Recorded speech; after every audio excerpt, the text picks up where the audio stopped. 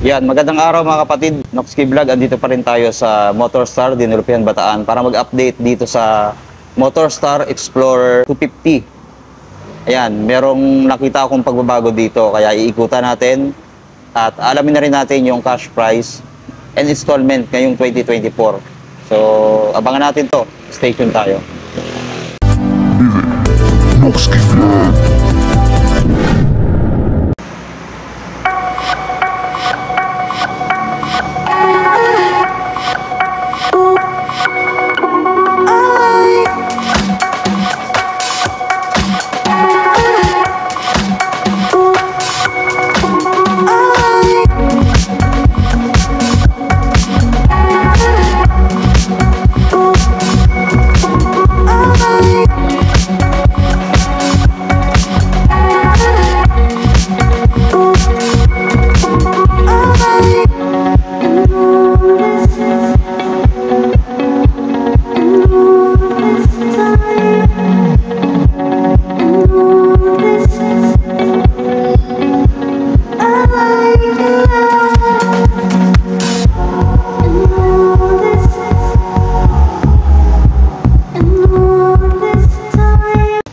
So may nakita tayong pagbabago dito, no? Ngayong 2024. So unang-una ko nakita ito sa kanyang tank. Ito, mapansin natin. Meron siyang carbon fiber finish dito. Hindi ko alam kung carbon talaga 'to. Pero parang pag pinitik mo, parang carbon lodi. Ayan oh. Tapos pati dito. Meron siyang pagka-carbon fiber dito. Ayan oh. Kabilaan yan sa may pinaka grab bar na rin yan, no? Ayan. So ang ganda po nung ginawa dito sa Explorer 250. So ito naman yung kulay green, no? Ang ganda rin. So same din, meron na siyang carbon fiber finish dito. Ayan. Pati dito sa kanyang tank. Ayan, no? Ang ganda. Ang ganda ng pagkakagawa ngayon, no? So looks premium na ang datingan. So kung makikita kayo sa daan ito ang dala nyo, talagang napapa-head turner din yung mga makakakita nito. So ayan, dito sa kanyang front, ito meron siyang disc brake na napakalaki. So naka flower type yung kanyang design, tapos may gold. Then dual path caliper na malaki dito, kulay red, ano. Ayan. Tapos yung kanyang upside down fork, kulay golden siya dito. Then kagandahan, naka oil cooler na rin siya. Ayan, makikita natin yung kanyang oil cooler dyan, nakadiretso doon sa kanyang makina. Nakakabawas ng init, no, nasa makina yung ganong function. So goods na goods yun. Tapos dito sa kanyang headlight, LED na. Yan. Tapos meron siyang park light na white dito, kabilaan. Parang kilay din niya. Parang siyang Ducati yung design na itong pinaka-head niya, no? Ayan. Tapos may tatak dito na hindi ko sure kung kung Lanoka ba to. So may nakalagay dito, no? Tapos dito sa side, makita natin yung Motorstar Explorer 250 version 2. Ayan. Tapos V-Power. Tapos naka single overhead cam itong motor na to. Ayan. Then dito, makita natin sa kanyang panel. So same pa rin sa dati yung kanyang design. No, sana ito yung i-upgrade ng Motorstar dito, yung kanyang panel na gawin ng LCD, yung mas malaki. Kasi maganda tingnan mga kapatid. So digital din naman to, pero medyo maliit siya, no? Yan, meron din siyang selection dito. Tapos ito, naka clip-on handlebar na. Siyempre, sports bike to. Kaya ganito ang disenyo. Ayan, napakaganda rin.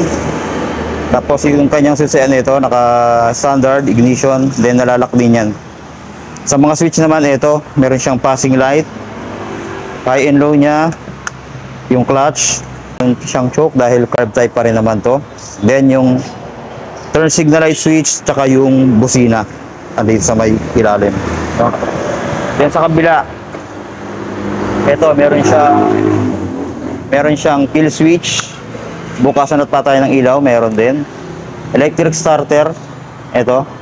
Tapos hazard, meron siya, no? Ayan. So, magandang ano to. Magandang function to dahil meron siyang hazard. Then, USB charging port meron din. Ito. Ayan, no?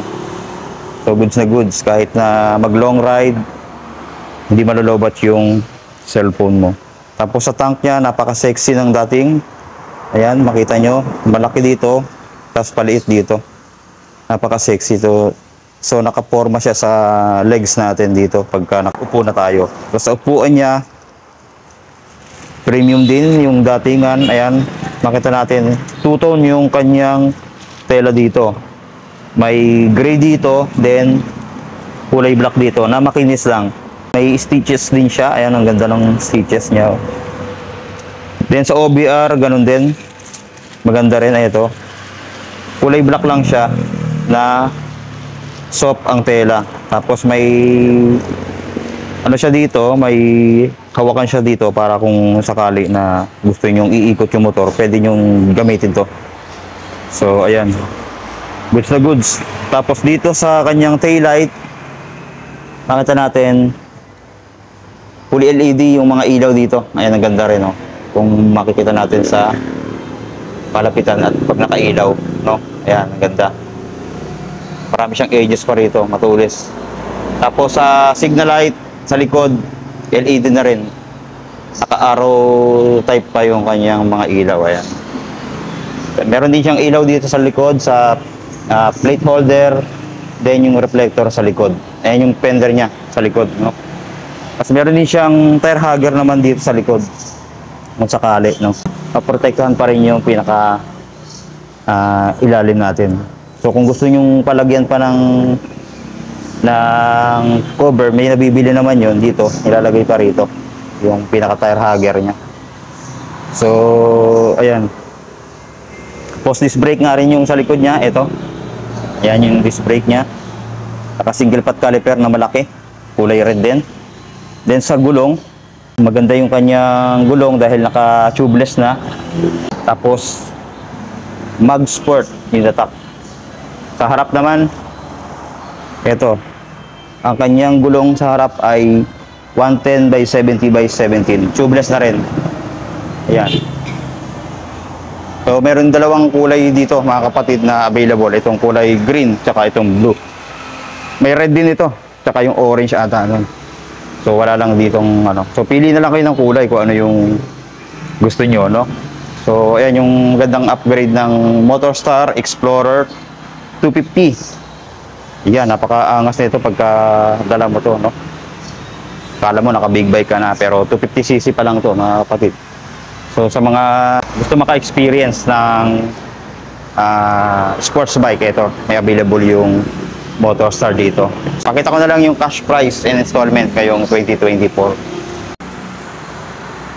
Ito yung presyo ng Explorer 250 version 2 ngayong 2024. Meron siyang SRP na 79,000. COD cash 75 pa rin. Down payment 12,100. 12 months 7,747. 24 months 4,785. And then 36 months ay 3,797. Rebate pa ng 400 yan. So magiging 3,397 na lang pagka kinuha natin ng 3 taon itong Explorer 250. Ayan, o. Maganda rin itong green, o. Ayan. Tapos yung kanilang contact number, ayan, makikita naman dito sa kanilang tarpaulin. Ayan, 0925-712-0469. Ayan. Ayan pa, meron sila mga promo ngayon. Ayan, o. So, punta na kayo dito sa kanilang branch dito sa Dinalupihan, Bataan. So ayan po, maraming salamat sa panonood. God bless and stay safe always. Shoutout nga pala kay Sir Bernie Dalanon. Sabi niya, paganda daw ng paganda yung mga unit ng Motorstar.